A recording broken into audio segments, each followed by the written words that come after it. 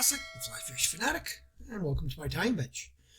Today we'll be doing a small little minnow pattern. This works really good with browns and tiger trout, especially in the lakes. I know it works really well in Manitoba and works phenomenal here in Alberta. It is a pattern by a gentleman by the name of Gary Hanke out of Edmonton, Alberta. He is the distributor for several companies. You want to check him out, go check out flylifecanada.ca. Yeah, this is one of his patterns. Really all it is a cormorant. So this is my version of Gary's pattern. But it's just basically it's a cormorant pattern. But it's been extremely successful. So, okay, I'm just going to switch over to the other camera. So you guys can see some of the finished products. This is the one I'm going to be tying today. Is that guy? Like I said, really super simple, but super effective. And then there's several different. It's a little blurry, but several different versions of it. The green is really good. These ones here are blue and green, but they're made out with DNA hollow fusion. It's a little bit more supple. I know Gary uses the Hook-Hends angel hair for his, and it is super supple. That stuff is just so flexible. It just moves around so nicely. I don't have any of that on me. So what I'm going to be using today, and what has worked for me, is just a little bit of, I'm going to do the blue angel. The other one's called the green angel. I'm just going to use a little bit of blue Marabou for the wing, and then a little bit of the Semperfli Colorado mix for the flash, for the wing flash and for the tail flash. And then for the body portion, the underbody, I'm using, where did I put it now? Oh, let me guess, I put it away. It is the Semperfli flat braid in cream. Okay. For the hook, I'm using a Hook-Hends BL354 in a size 8. I will be using some white Nanosilk, and then to top it off the front end, to put a hot spot, I'll be using a little bit of the fluorescent red. Okay, so a little bit of wax. This, like I said, this pattern works really great. I used it a lot last year. I used it already a couple of weeks ago. I was out going for tigers and browns. The weather was pretty crappy and had a low pressure system coming through and everything. But Gary and I were pretty well the only people on the entire lake catching fish, and it was because of these patterns. So, like I said, mine's slightly different than Gary's is, but not a big deal. It's pretty close. So I'm going to take a little bit of this flash. I'm going to build myself a little tail. Just going to leave it up here at the front. I'm going to leave myself a little bit of room for the head. Catch that in. Don't worry about it. If it's a little straggly, you'll catch all that stuff in with the body material anyway. So I'm just going to come to roughly where the barb would be. Then I'm going to go underneath that flash and over just to help hold it up. So now it's all scraggly and stuff.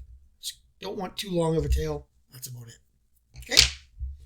Again, I'm not going to worry about too much here, but I'm going to just go clean up a little bit of this body. And I'm going to go back to about there again. I'm going to take some of my flat braid. Now I do this in many different colors. I do it in, I really like the cream body. I find that it works really well. It's got a really nice flash to it, and that white body really works well. But I also do it in, like for this one as an example, I would do it in the turquoise flat braid. I would do it in even the copper flat braid. This one's orange. The gold flat braid works well too. So now you don't have to use flat braid. You can use like a tinsel as well. Whatever you prefer you just want to have a little bit of flash, a little bit of attractant in the body. Okay. So I'm just going to bring that forward. I'm going to stop about there. Now I'm just going to make sure that it's nice and tight there so I don't create too much of a bump at the back end. And now just touching wraps. I don't want to really overlap if I can help it. If you overlap a little bit, it's not a big deal, but you want a fairly symmetrical body here, right? So, and then up to about there. Lock it in, lock it in, lock it in. And a couple at the front. Nip off your piece there. Make sure that's tied down nicely.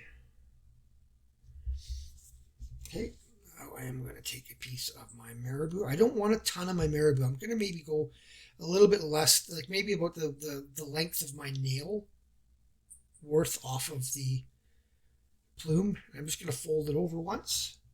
I've torn it off. So it's not a lot. This is more for the movement portion. The flash does the attracting. And like I said, the hens, angel hair, oh, you should see that stuff. That stuff just moves like you wouldn't believe. I mean, the Semperflash works really well as well, but it is a really good product, but it's not as supple as the hens angel hair. But it's angel hair compared to flash. It's two different materials, so can't really compare it. But like I said, since I don't have any, this is what I'm going with, and it's like I said, it's worked well. So I'm going to go up to about the end of the. Oh, I just pulled that out. I didn't have that in very well. Wow. Wasn't paying attention, I guess. See, happens to all of us. So I'm just going to unwind that a bit because I don't want to create too much bulk on the head here. So get that off. Clean that up again. I'm going to actually put a little bit of wax on my thread just to help lay that in there. Tie that down.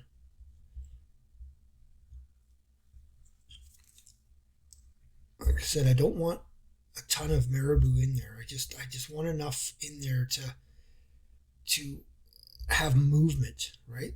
That's better. So now about the length of the tail, I'm just going to put my finger there, just pinch it off. So I really only have about 6 or 8 little barbs there, like of the Marabou. It's not very much, see? So I'm just going to slick that a little bit just so it's just under control.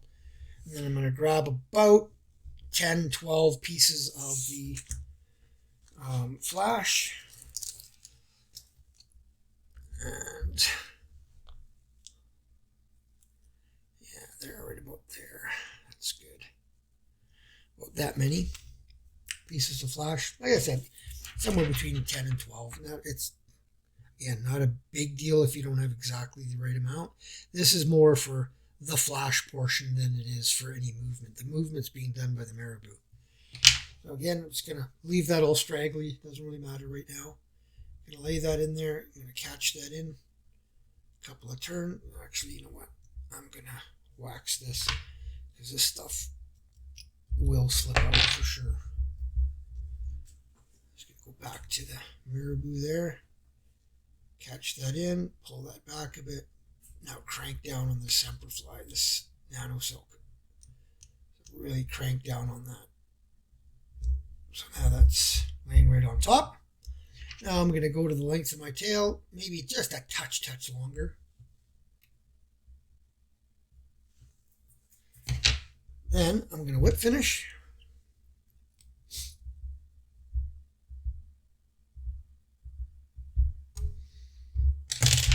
Cut that off.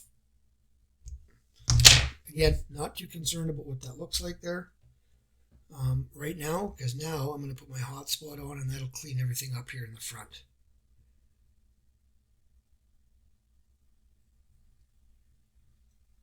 So I'm just tying on a fluorescent. And this fluorescent, believe it or not, makes a big difference. It's just a hot spot to get them, to get their attention, and it really does make a difference. I've tied them without the hot spots. I'm not sure Gary has or not, but I have, and I found for sure that the hot spot ones are definitely more effective. So nice and tight. Get that off. Just a teeny touch of head cement, in this case just a little bit of Sally Hansen's. Just a teeny touch, just to hold it together. And that is it. Like I said, it is a simple little pattern. You can try to spread that flash out if you want a little bit, but once this gets wet, I'll show you. I'm not going to lick this one now because it just has fresh head cement on it, but once it gets nice and wet, that lays down really nicely and just gets, it's very minnow-like, very, the shape of it, it's very minnow-like. And it depends on where you're going to use these. You got to see what kind of minnows you have in the lakes around you. The lakes that I go to have some stickleback in it, and we've noticed the greens and the blues seem to be the colors that are in those. So that's why we tie them in these blues and greens. But like I said, Gary came up with this one. Like I said, it's just it's a cormorant, right? So it's nothing new, but it's just a new take on an old pattern, and it works super simple to tie. A very effective pattern, though. Alrighty, good luck with that. Give her a thumbs up if you liked it, and subscribe if you haven't. If you have, thank you, and we'll see you the next time. Tie lines, everyone.